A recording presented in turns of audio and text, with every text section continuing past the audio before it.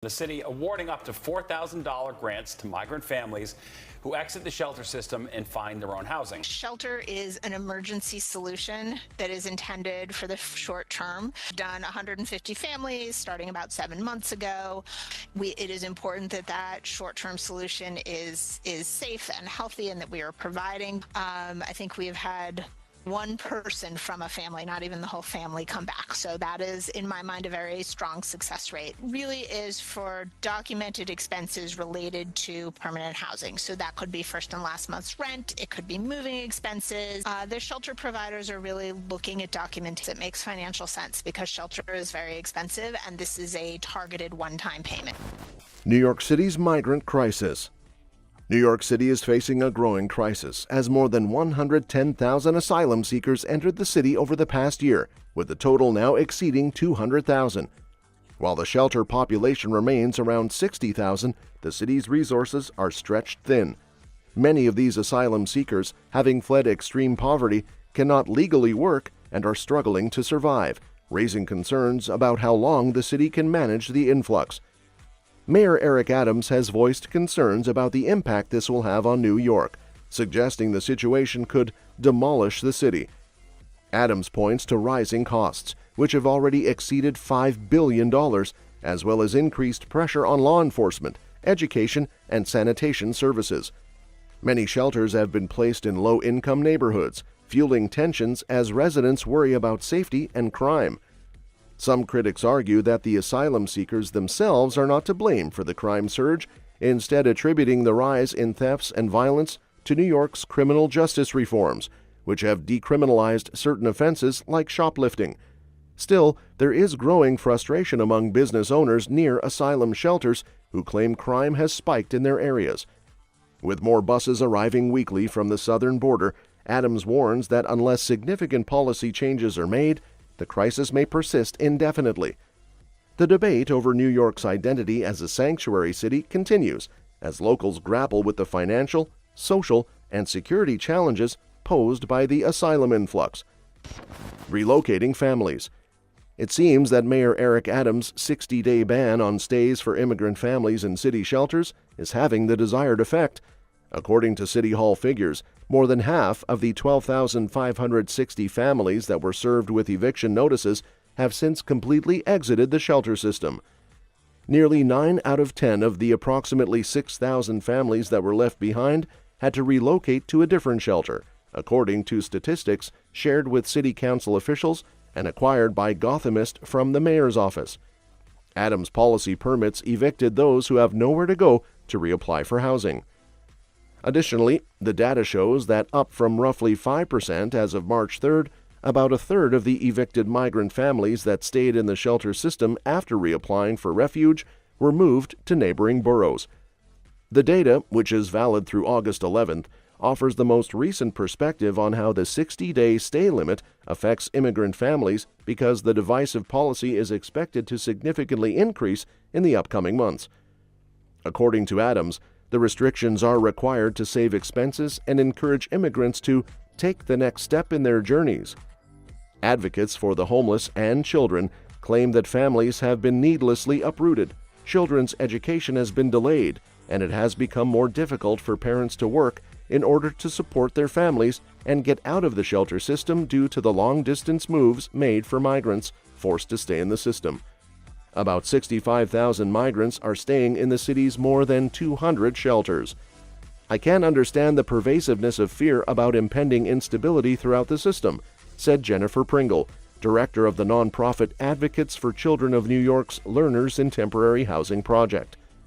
Moving families around is just horribly destabilizing for kids' education. For adult migrants without children, the stay period is limited to 30 days. According to Liz Garcia, a spokesman for City Hall, shelter workers try to keep immigrant families in the borough where their youngest kid attends school in order to prevent interfering with their education. Staff members at public schools try to get students connected to transportation if that isn't possible, according to her. Data regarding the number of displaced families residing in the borough of their youngest child's school was not promptly provided by Garcia. Garcia emphasized that in order to lessen the burden on the city's shelter system, shelter limits are required. The census of people using migrant shelters has been roughly 65,000 for the past few months. Despite a sharp drop in the number of new migrants arriving and seeking shelter in the city, officials claim that the amount is unsustainable. Since the spring of 2022, New York City has spent more than $5 billion housing and caring for an inflow of more than 214,000 migrants. Part of the city's 60-day shelter limit, but the city insists parents and children won't be left out on the street. That kind of speaks to the complexity of this issue, right? We have seen the city grapple with this for quite some time now. The city is once again reassuring these families that they are not just kicking them out and saying, hey, get out of here. So migrant families now mostly live in about 150 or so shelters that are. It's not financially sustainable, and it's just not the right things to do to human beings. So we build this system. If we've had 212,000 people still in our care, preventive steps we're taking. People should not be in shelters their entire lives. Affected students in schools. For a long time, advocates for homeless people and education have expressed worries about staffing and programming issues in schools, as well as the disruption of children's education caused by moving schools in the middle of the school year. Research indicates that homeless adolescents who shift schools mid-year due to housing instability perform poorly academically, according to a July 2023 municipal report. However, the data reveals that of the 7,000 migrant children whose families were given 60-day eviction warnings, the great majority, nearly 9 in 10, remained at the same school. Based on information provided to the City Council on July 14th, that is the case. Notably, the data indicates that 52% of the impacted pupils continued to attend the same school and shelter, indicating that the shelter constraints did not significantly disturb the majority of students. According to the acquired data, 37% of the impacted pupils changed residence areas while still attending the same school. There was no more information provided on their new location. Approximately 8% of the pupils completely dropped out of the city's public school system, while 1.7% changed schools. Problems with school transportation. Some families chose to have their kids skip school after the first wave of migrant families were forced out of shelters at the beginning of January. Joana Rivas, 29, of Venezuela, brought her 9-year-old with her when she reapplied for shelter since she wasn't sure where she would be spending the night.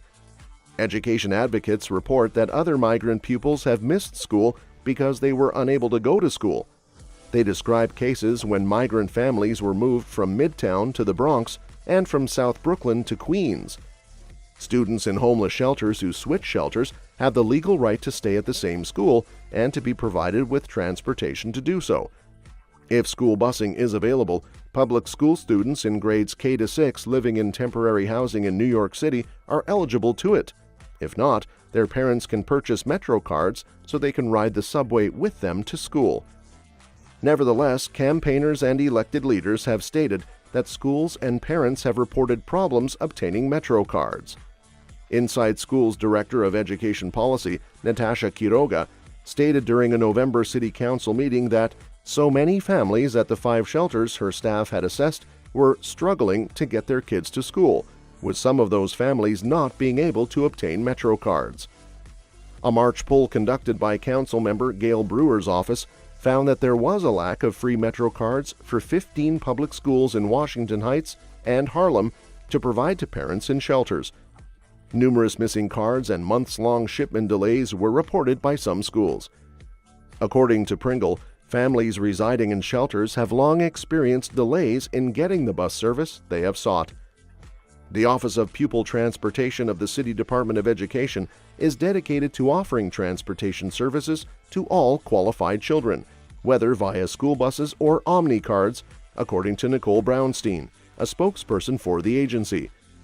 She said that during the previous 3 years, the average number of students in temporary accommodation who were transported by yellow school buses virtually doubled, from 2,800 in the 2021-22 academic year to 5,500 in the 2023-24 academic year. She also mentioned that there has been a minimum of 80% rise in the quantity of Metro cards given to parents staying in shelters. A group of 20 advocates and shelter operators called the Family Homelessness Coalition wrote a letter to Governor Kathy Hochul and Congresswoman Adams on Monday, citing grave concerns regarding the 60-day limits and asking for greater resources for immigrant rental help, as well as a more humane approach. Working with families to obtain public benefits assistance and find permanent housing is generally not feasible in 60 days, the letter said. Those processes will have to start all over again when families are forced to reapply and relocate, not to mention the trust that is built with caseworker staff over time. It's not financially sustainable, and it's just not the right things to do to human beings. We build a system. If we've had 212,000 people still in our care, preventive steps were taken. People should not be in shelters their entire lives. Rising costs and crime concerns. A major concern is the increase in crime, which some residents and business owners attribute to the influx of asylum seekers. However, critics argue that the surge in criminal activity is more connected to New York's criminal justice reforms rather than the migrants themselves. The NYPD has faced challenges in addressing the rising crime rates, especially as the city's police force is already stretched thin across multiple duties. Adams has called for immediate federal action to provide resources and policy changes, highlighting that the city's identity as a sanctuary city is now under scrutiny. The debate continues as the city navigates how to manage its strained budget, with significant cuts affecting law enforcement, education, and sanitation services. Furthermore, tensions are mounting in neighborhoods where shelters have been placed, with residents raising concerns about safety and quality of life. The city has started implementing rolling evictions to alleviate some pressure, but the ongoing arrivals of asylum seekers have left shelters perpetually full. As the crisis continues, questions loom over the long-term sustainability of New York's current approach to managing the situation. That's all for this video, folks. We'll see you next time.